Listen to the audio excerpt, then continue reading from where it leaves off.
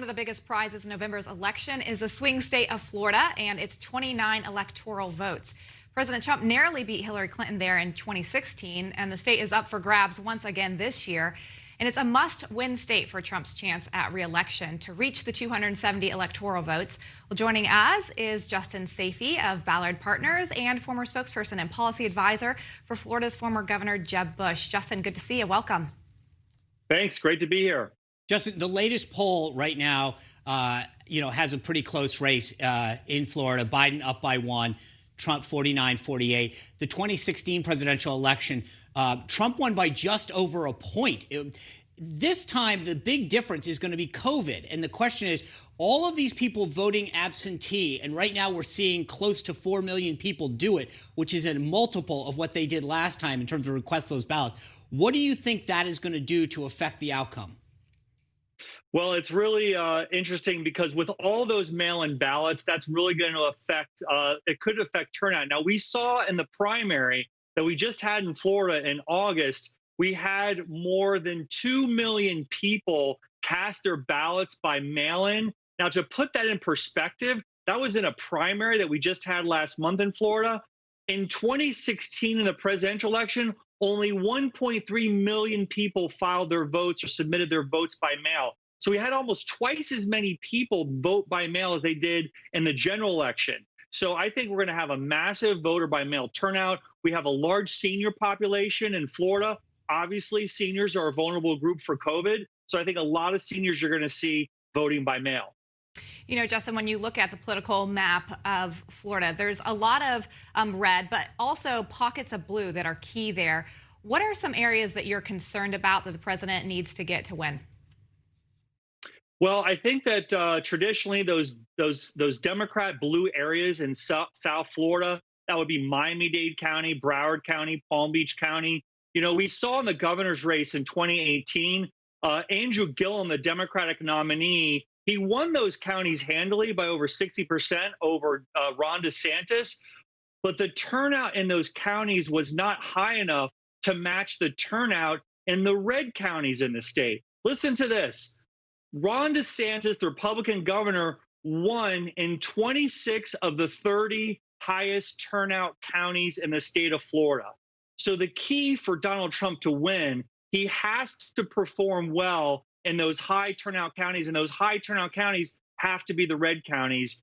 If the turnout is high in the red counties, Donald Trump will win again, assuming as well that the turnout is not as good in the blue counties. And I honestly think that Joe Biden and Kamala Harris, they're going to have a tough time getting the turnout they need in those blue counties in Southeast Florida.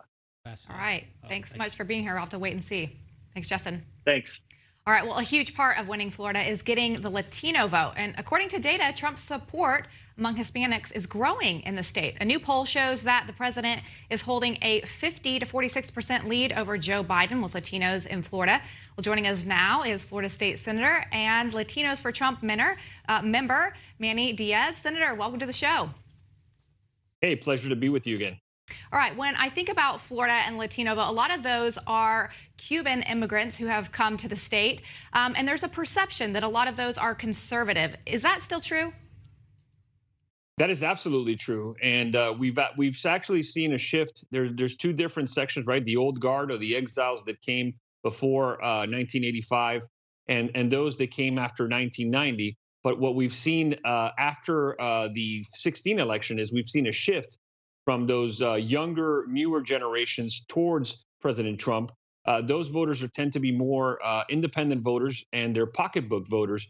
And they were Obama voters in 2012, but they have shifted over to President Trump, and they're staunchly in his corner with an anti-socialism message, and also a message of supporting the police and growing the economy.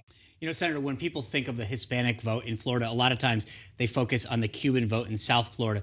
But there's a lot of other elements of Hispanic votes in pockets in Florida. Is that correct? And what are they? That's correct. So you have the Cuban vote mostly located in South Florida, but you also have Central Florida, the I-4 corridor, where you have a large population of Puerto Rican voters. And also in South Florida, you have a lot of independent voters that tend to be from either Central or South America, including Venezuelans. Now, those voters are not a monolithic bloc.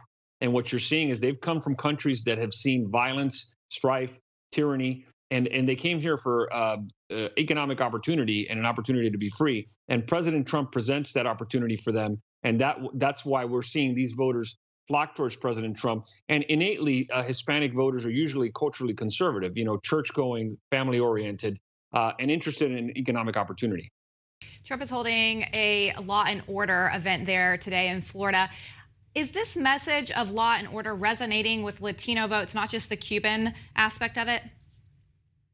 Absolutely, because like I mentioned before, many of the folks that have come to this country from Latin America or are second generation like myself that were born in this country know full well what it is to have tyranny, violence, chaos in their country and a lack of opportunity. And this law and order message, these Hispanics in the state of Florida and across the nation all understand that in order to have freedom, you have to have law and order, because without rules, there is chaos, and you can't have freedom. And the last thing they want is the government taking over their lives. So they are fully behind Trump's message of law and order, and they know that he's the only candidate that does in their corner. Senator, I want to clear up something that you said a moment ago. I've heard that there's a difference in the Cuban vote between those, as you mentioned, who've come over here and faced the oppression, and those like you who were born here. There's a break in terms of their views on socialism because they were born in America. Is that a true feeling or sentiment, or is that not accurate? So the difference is that folks like my parents and my grandparents who came here, what we call the old guard, are staunchly Republican, staunchly conservative. Like myself, growing up in a household hearing these stories directly. Some of the younger voters, 25 years here in the country or less from Cuba, have been more of an independent vote. And they did vote for Obama in 2012 and possibly in 2008. But those are pocketbook voters that are here for economic opportunity. And they fear socialism, and they also fear the defunding of the police and the violence in the burning cities they're seeing. So those voters are squarely in President Trump's corner. Even though they were Obama voters before, they have shifted. And the reason is they do care about issues like not letting socialism creep into the United States, and also their pocketbook. And we know how strong the president is on the economy. Exactly. So good to see you, Senator. Thanks for giving us insight into the Latino vote and how they may vote in Florida this election cycle. Thanks. Great to be with you guys again. Thank you. All right. Well, coming up, talk show host David Rubin joins us to talk about his recent extended break from social media and to talk the Oscars' new diversity and inclusion rules for Best Picture nominee. We'll be right back.